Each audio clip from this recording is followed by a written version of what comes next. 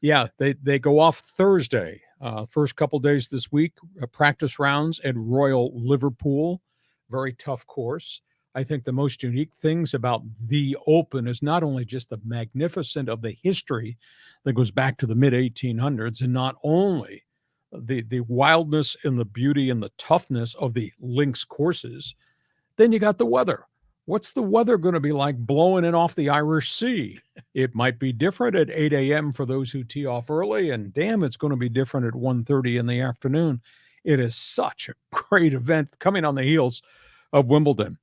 So not only do we have the burning questions, Rory McIlroy, here come the guys from the LIV, get the chance to play. We've got all the, quote, unfinished business, and that guy has stood up and made some statements. We're talking about Xander Schauffele, the ex-Aztec, who's right on the brink of becoming a superstar. He's gotten to this level where he's played a bunch of final Sundays. He's been at the top of the leaderboard and faltered off. He's been at the middle of the pack and climbed back up. Hasn't won a Grand Slam, but he's played well in certain flashes.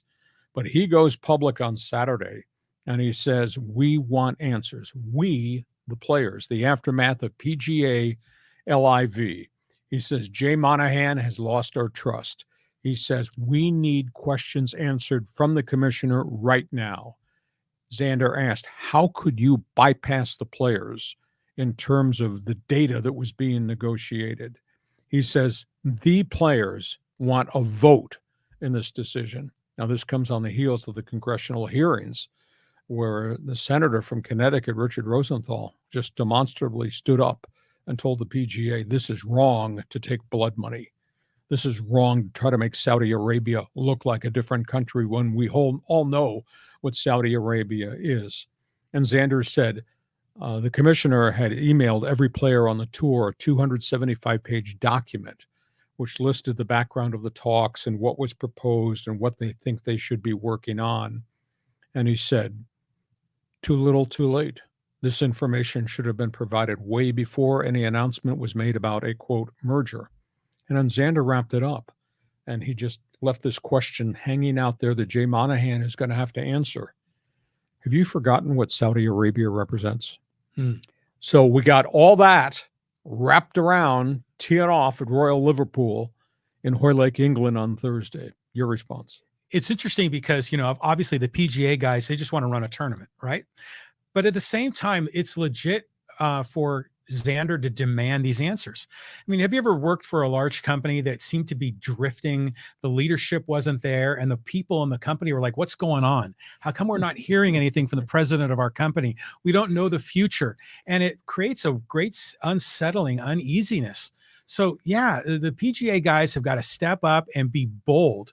It seems like they're reacting, to getting, bullets shot at them by Congress or the media kind of raking them over the coals with this deal with LIV. So, they got to step up. They got to get control of the situation. So that's where we are. This thing is far, far from resolved, and it's now kind of built to the front. And now it's become a real hot conversation piece. It is interesting, Rory McIlroy, who got there after winning the Scottish Open on Sunday, and played really, really well. Scottish Open is kind of a tune-up, although not everybody plays in it. But now he's on a roll as he goes to Hoylake. He just says, I'm tired of talking about this. I can't solve it. Yeah. I expressed my opinions way back when this was first filtered out. So it'll be interesting to see. And Jay Monahan, of course, is coming off sick leave. He is there now. What Monahan has to say maybe Tuesday or Wednesday going to the first round on Thursday. But it is a great tournament. Holy cow. If you get excited about watching Wimbledon tennis, I know golf fans that just go crazy watching this. It's such a neat global event, and it's so wrapped around the history of the guy who founded it, the old Tom Moore, back in the 1820s. So bring on Golf Thursday, but we haven't obviously solved the issues. Okay, John, fans